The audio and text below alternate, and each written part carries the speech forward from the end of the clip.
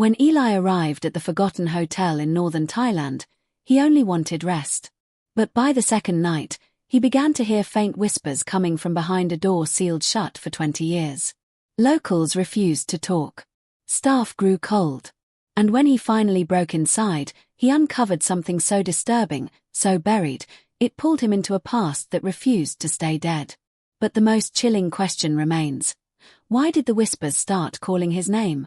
Eli was the kind of traveler who looked for places that didn't show up on guidebooks or social media posts. After 3 weeks bouncing around Thailand's temples and beaches, he took a dusty road north, following a cryptic tip from another backpacker at a cafe in Chiang Mai. "You want a real story," the man said. "Check into the Orchid Lodge.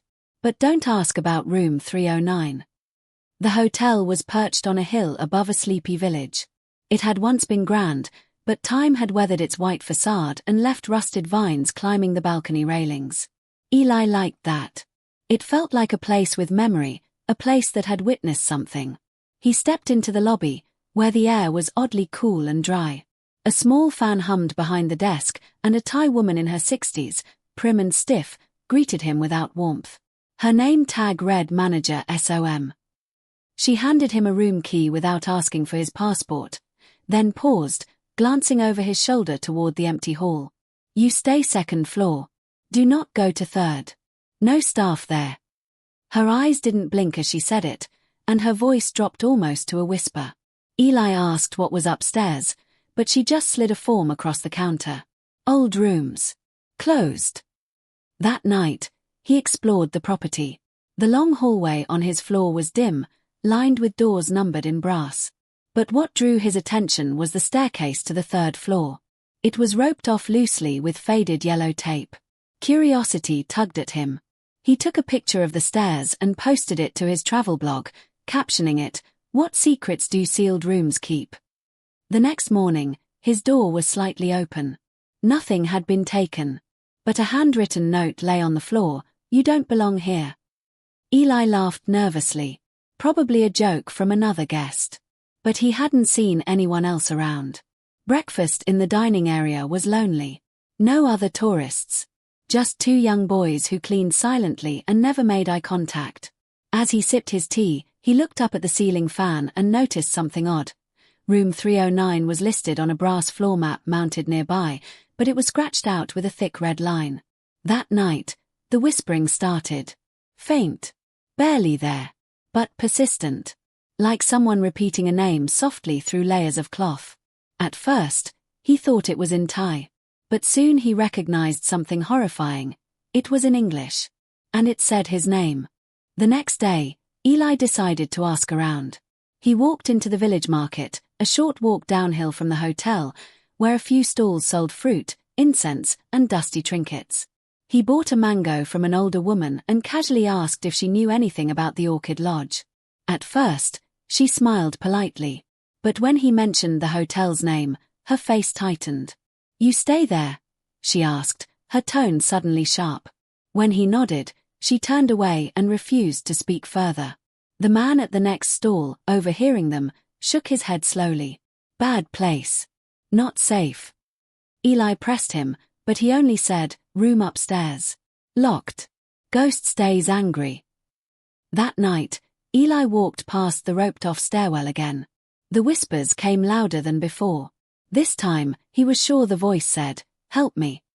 The sound wasn't loud, but it slid into his ears like cold wind.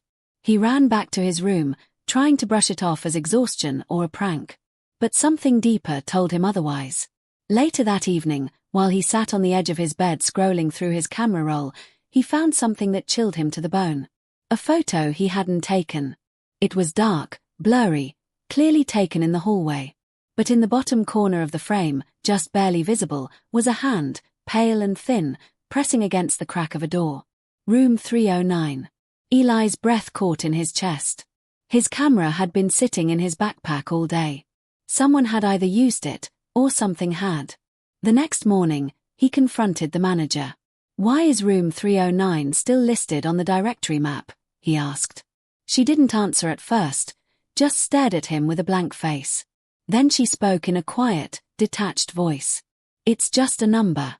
The room doesn't exist." Eli didn't believe her. That same day, while walking through the back of the lobby, he noticed a small break room door left ajar. He stepped inside quickly and found one of the younger cleaning boys there, no older than 17.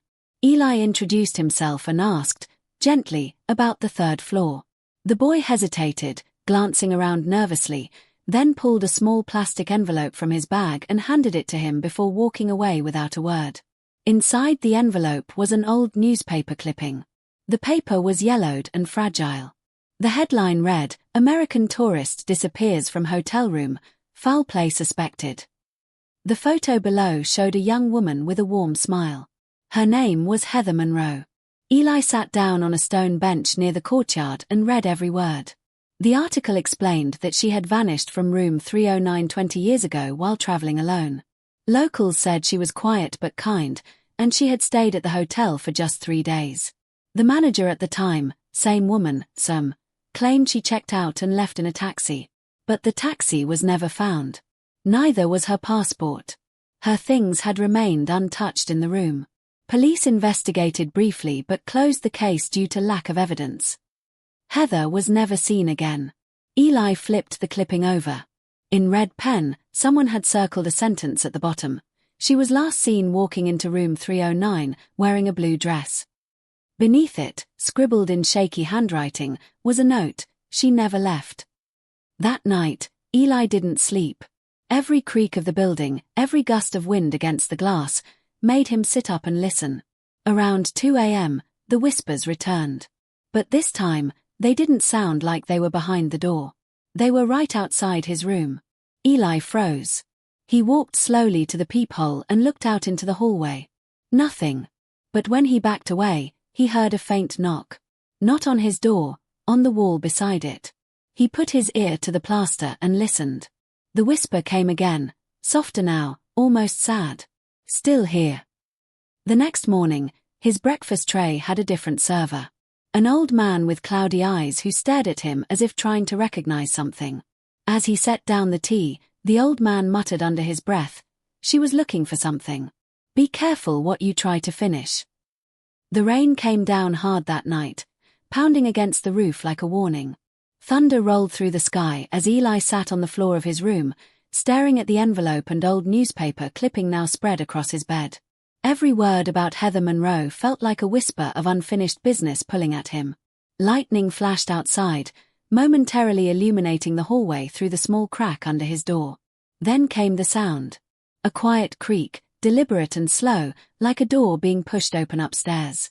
Eli's heart jumped. He grabbed his phone and flashlight and stepped into the hallway. The tape around the third-floor staircase was hanging loose, one end fluttering in the draft. He stood there, drenched in silence and doubt. Then the sound came again. A low groan of old wood shifting, coming from room 309. Against everything his instinct screamed, he climbed the stairs. The third floor smelled like damp air and forgotten time. All the doors were closed except one, room 309. The door stood slightly open, just enough to reveal darkness beyond it. The number plate hung crooked, and a smear of dust framed the door like a picture untouched for years. Eli stepped forward and placed his hand on the knob. It was cold, but not locked. He pushed the door gently, and it opened with a whisper of its own. The air inside was still. Heavy. Like it had been holding its breath for decades. The room was preserved as if someone had just stepped out and never returned. A dress still hung on the back of a chair, stiff with age. A tea set sat on the table, now crusted with dust. There was a scent, faint and strange, a blend of old perfume and something sour underneath it, like mildew mixed with rot. He stepped inside and closed the door softly behind him. Every object felt arranged, not abandoned. A diary lay half open on the bedside table, its ink faded but still readable. Eli picked it up and flipped through. Heather's handwriting was neat and emotional. She had written about the beauty of the Thai countryside, the kindness of strangers, and a growing fear that someone had been watching her. One line stood out, "I hear them at night." Not footsteps, not voices. Whispers. Like secrets buried in the walls.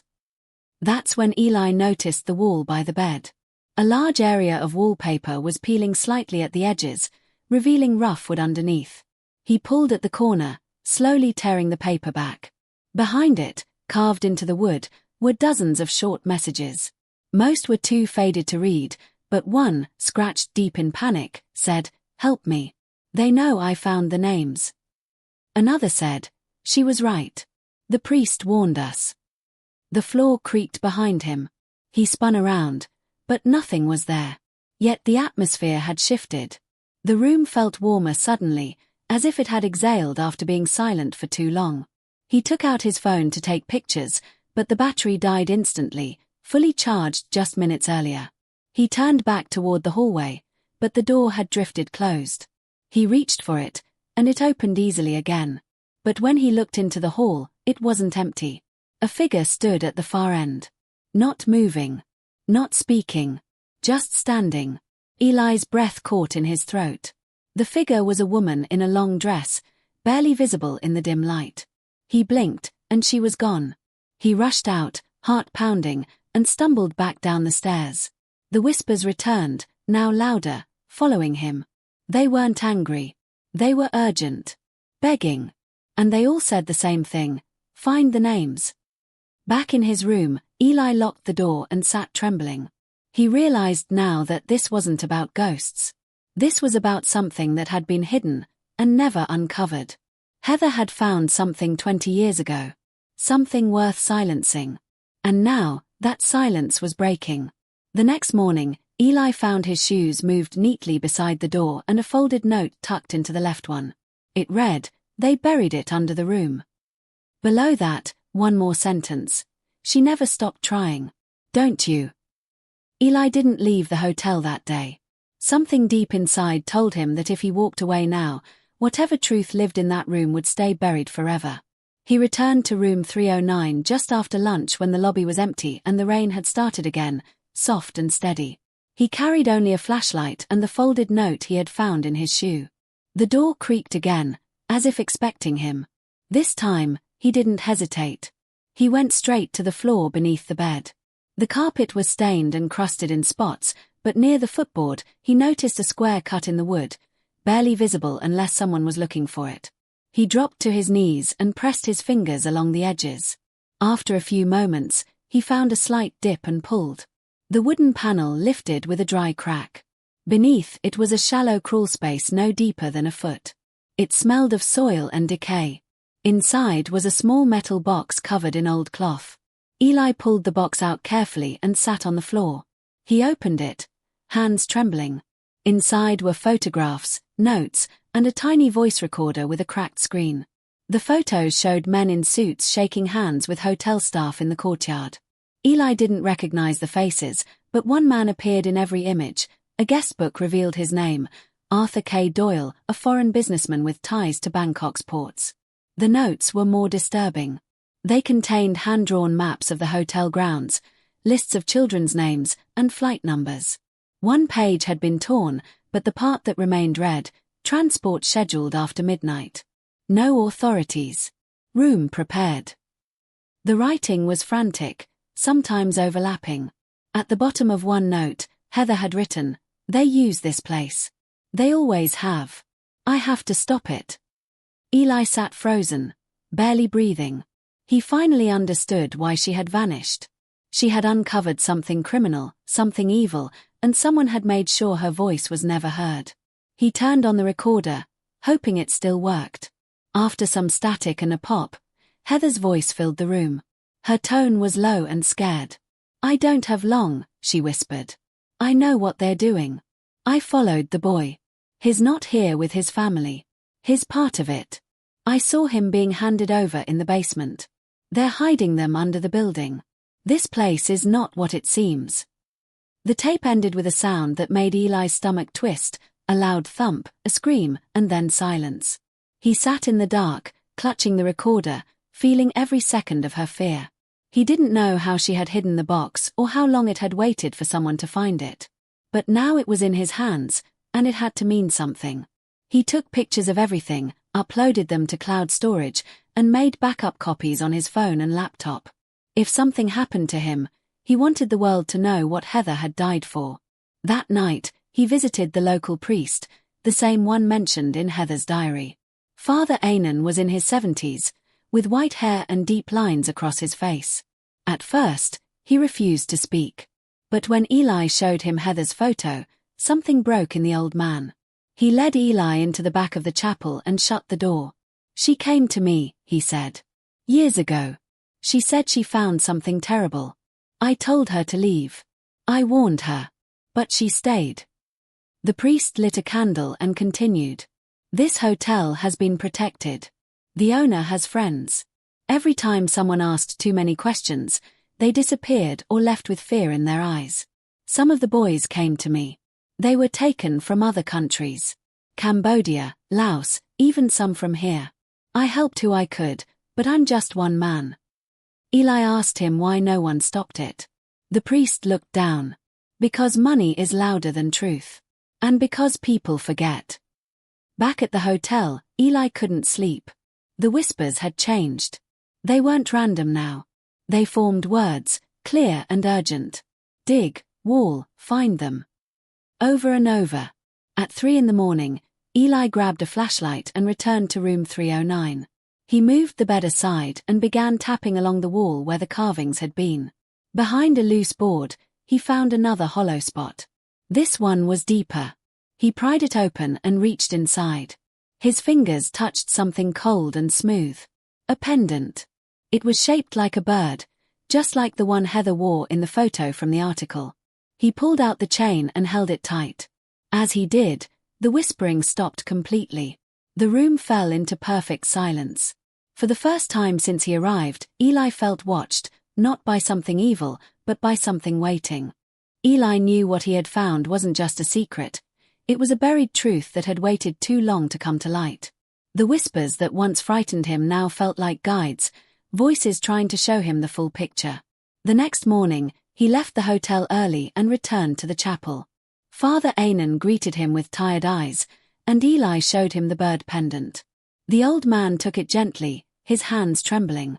"She wore this when she came to me," he said. "She said it belonged to her sister. But I think it was a lie. I think it was hers all along." He told Eli more of the story, details he hadn't shared the day before. Heather had come to Thailand pretending to be a tourist, but she was really an independent journalist chasing rumors of a trafficking network that operated through resorts and forgotten guest houses. The Orchid Lodge was one of those places. She had tracked shipments, interviewed locals, and followed a trail of missing children that led directly to room 309. When she disappeared, the village went quiet. Her name was never spoken again.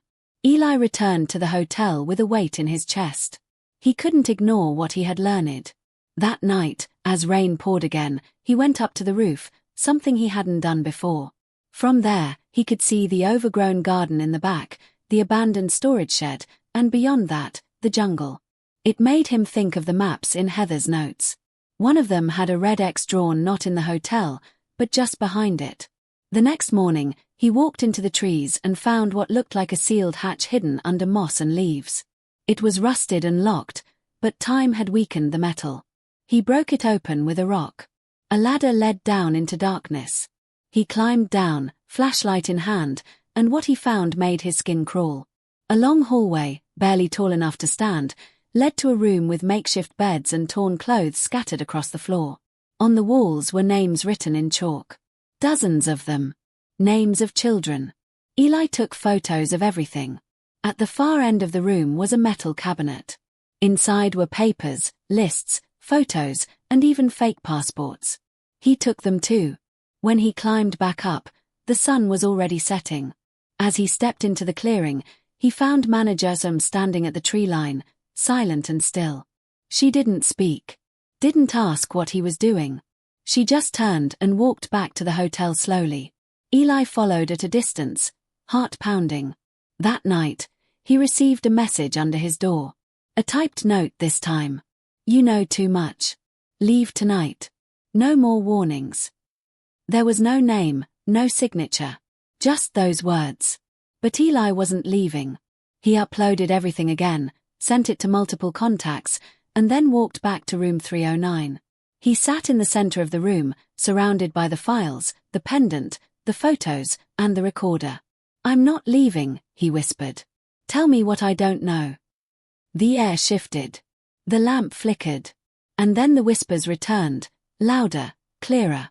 He couldn't make out every word, but some phrases echoed around him. She trusted the wrong one. They paid him. The boy was taken. Then, a name. Over and over. Niran. Eli scribbled it down. The name wasn't in any of the papers. But the next day, he asked the cleaning boy who had first given him the envelope. The boy froze when Eli mentioned it. He refused to speak, but his eyes filled with tears. Later, Eli went to the village and asked about Niran. An old woman at a tea stall looked down and mumbled, "He used to work there. Then he disappeared. They said he stole something. But I don't think that's true." Eli searched the hotel staff room, and inside an old storage locker, he found a small notebook wrapped in a rag. Inside were notes, sketched diagrams, and a list titled "Who Came and Never Left." Heather's name was on it. And below hers, Niran had written, "They found out. I'm sorry." It all made sense now. Niran had helped Heather. Maybe he was the one who hid the box under the bed. Maybe he died for it. The whispers weren't just from Heather. They were from everyone who had vanished. Children, witnesses, people like Niran. And they were all calling to Eli to finish what had been started. To be the voice they had been denied. That night, the whispers didn't sound sad anymore. They were steady, focused. And Eli knew he had one final step left. Eli woke before dawn to the sound of something moving outside his door. It wasn't footsteps. It was quieter than that, like someone dragging paper across wood. He opened the door carefully and found nothing but a folded note on the floor. This one was handwritten in blue ink, and it simply read, "The police will arrive at noon. Be ready. Stay alive until then." His pulse quickened. Who had sent it? Was it the cleaning boy? Father Anan? Or something else entirely? He didn't wait to find out. He went straight to room 309, locked the door from the inside, and laid out every piece of evidence he had found. He organized the documents, arranged the photos, and made sure everything was clearly labeled and backed up. His plan was simple. When the authorities arrived, he would hand it over. He would tell the full story. But deep inside, he knew something wasn't going to go that smoothly. This place had kept its secret for 20 years for a reason. And it wasn't going to let go without a fight.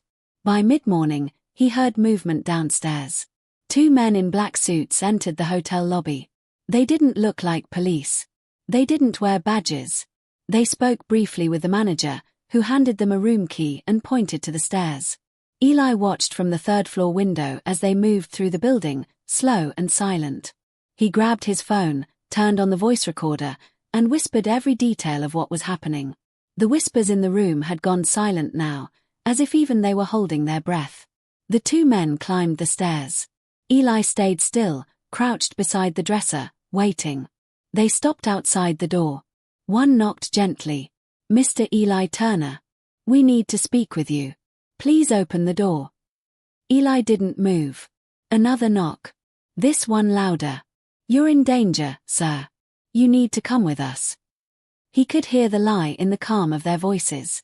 He looked through the peephole and saw one of the men raise a tool to the lock. Then, the hallway lights flickered. A low groan echoed through the air vents. And suddenly, a scream, not from the men, but something below. The sound of shattering glass. The men turned away and ran down the stairs without a word. Eli peeked out the door. The hotel was silent again. Too silent. He stepped into the hallway, heart pounding, and walked downstairs. The lobby was empty. The manager was gone. The front doors stood open, rain blowing in from the street. And there, just outside the threshold, stood Father Anan, holding a folder in his hand. He had contacted the real police, he said. They were coming. Eli handed him the files, the recordings, and the pendant. "This is all of it," he said. The priest nodded and walked away, disappearing into the mist. Eli packed quickly. He didn't want to stay another night. As he zipped his bag, he took one last look at room 309. It was just a room again. Dusty. Broken. But quiet. No whispers this time. No voices. He made his way to the front desk to check out, but the clerk on duty wasn't the same woman. It was a young man he hadn't seen before.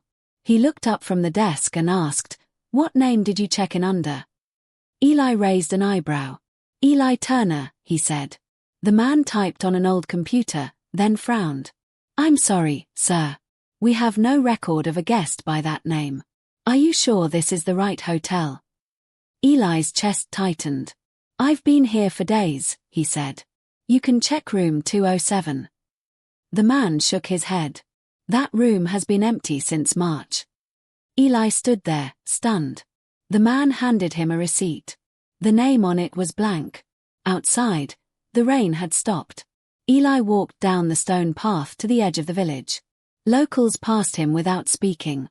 But one woman, the same fruit seller from his first day, caught his eye. She nodded at him slowly and whispered, "She thanks you." Eli didn't answer. He just kept walking.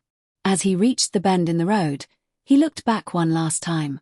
The Orchid Lodge stood still and faded, as if it had never changed. But he knew better. Something had shifted. Something had been freed. Days later, the story made headlines around the world.